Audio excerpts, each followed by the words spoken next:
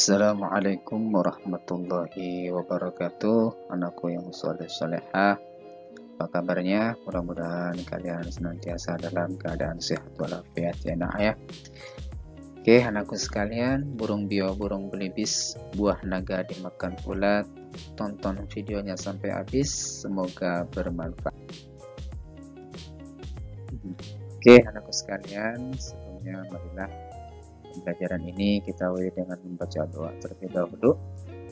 Bismillahirrahmanirrahim. Rabbi zidni ilman warzuqni fahmin. Nah, anak sekalian, kembali kita ingatkan 5M ya. Pertama adalah memakai masker, kemudian menjaga jarak, menghindari kerumunan, mencuci ya, dan mengurangi mobilitas. Nah, anakku sekalian, sebelumnya kalian sudah belajar tentang penerapan nilai musyawarah dalam pengambilan keputusan bersama pada sila keempat. Nah, untuk selanjutnya dan juga kita ikuti dengan bagaimana cara menyampaikan teks pidato. Anak sekalian, kembali kita fokus untuk pembelajaran SPDP ya. Pertama, kalian perhatikan seni tari. Nah, salah satu jenis kesenian yang masih sangat kental dengan budaya Indonesia adalah seni tari ya. Oleh karena itu, Indonesia sebagai negara dengan keanekaragaman budaya memiliki banyak macam tarian dari Sabang sampai Merauke. Masing-masing memiliki. Nah, adapun unsur-unsur tari agar tercipta gerakan yang estetis, artinya gerakan yang mengandung keindahan ya dari seni daripada gerakan tersebut. Nah, yang pertama kita perhatikan unsur utama. Apa saja sih unsur utama? Dan apa sih yang dimaksud dengan unsur utama? Unsur utama seni tari adalah unsur esensial dan pokok yang harus melekat dalam sebuah tarian. Nah, ini terdiri atas 3 unsur ya nak ya. Yang pertama adalah unsur wiraga. Apa sih maksudnya unsur wiraga? Itu adalah dalam bahasa Jawa berarti raga ya. Yang dalam konteks seni tari ini bisa dikenal dengan gerakan. Nah, tarian harus menonjolkan gerakan tubuh yang dinamis, ritmis dan estetis. Nah, tanpa gerakan sebuah seni ini tidak memiliki makna dan hampa rasanya. Nah, itu makanya yang pertama harus ada wiraga. Kemudian yang kedua adalah wirama. Dan wirama ini atau dikatakan irama ya nah ya. Tidak mungkin sebuah seni tari hanya melalui penari bergerak ke sana kemari tanpa adanya musik yang mengiringi irama. Nah, musik ini berfungsi untuk mengiringi gerakan penari. Dengan adanya musik, maka suatu gerakan akan lebih memiliki makna karena tercipta suasana yang tertentu. Oke, selanjutnya adalah wirasa. Apa sih yang dimaksud dengan wirasa? Ya, kalau dalam sebuah kata lain adalah rasa ya. Seni tari harus bisa menyampaikan pesan dan suasana perasaan kepada penonton melalui gerakan dan ekspresi penari.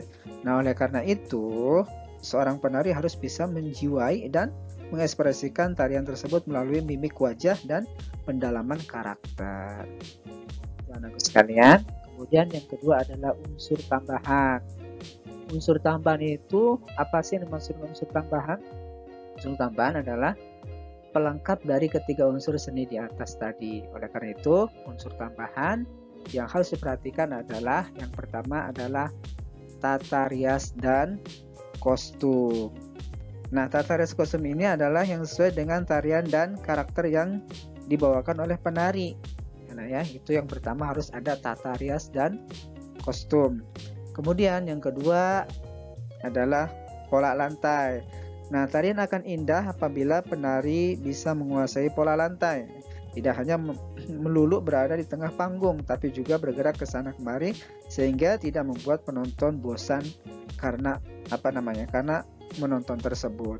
Nah, kalau kita lihat kemarin pola lantai itu di tema-tema sebelumnya kita sudah pelajari ya, ada pola lantai secara vertikal, kemudian ada horizontal, Nah, itu nanti bisa kalian lihat lagi di kalau nggak salah di tema kedua ya, nah ya, di tema kedua, di tematik kedua. Oke, untuk selanjutnya yang ketiga adalah setting panggung. Nah, setting panggung ini adalah yang sesuai dengan tarian ya.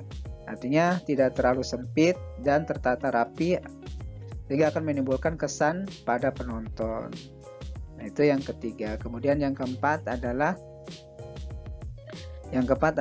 properti. Nah, properti ini merupakan alat pendukung seperti ada selendang, kemudian piring, payung, lilin, dan lain sebagainya. Itu adalah unsur tamu.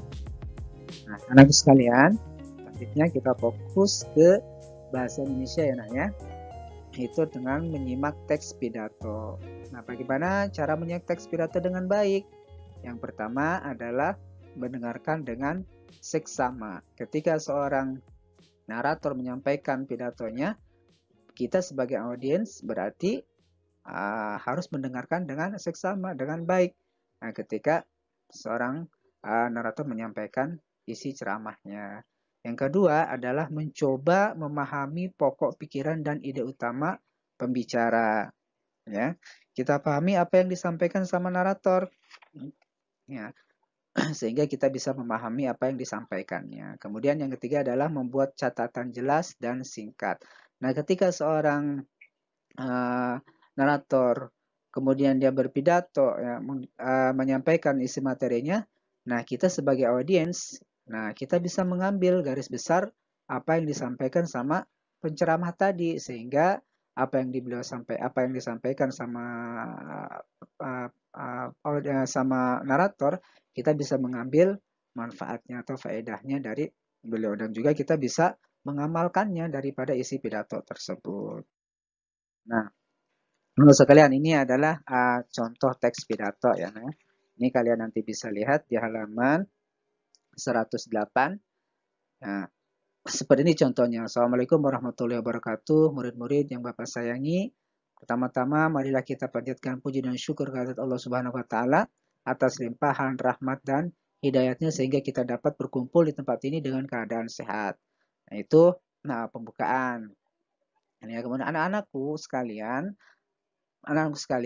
adalah generasi penerus bangsa. Bangsa Indonesia berharap kalian dapat melanjutkan pembangunan. Salah satu faktor keberhasilan pembangunan adalah aktifnya pemuda dalam kegiatan positif. Oleh karena itu, kalian haruslah berhati-hati dalam bergaul. Janganlah berpengaruh hal negatif. Pilihlah kegiatan positif dan milikilah semangat untuk menjadi pemimpin. Mari kita mulai perbaiki diri untuk menuju masa depan cemerlang. Tinggalkan segala perbuatan yang akan membawa kalian dalam kehidupan suram. Demikian yang dapat Bapak sampaikan. Atas perhatiannya diucapkan terima kasih. Nah, ini contoh teks pidato ya. Nah, kita ingat kembali kemarin kerangka pidato itu ada yang namanya pembukaan, isi dan penutup. Nah, itu hanya mengingatkan kembali yang namanya pembelajaran bahasa Indonesia yang kemarin. Oke, anakku sekalian, ini kiranya selesai ya pembahasan kita di pagi hari ini. Kemudian untuk tugas hari ini adalah halaman 114, mari meringkas. Karena itu, terima kasih Bapak ucapkan. Wassalamualaikum warahmatullahi wabarakatuh.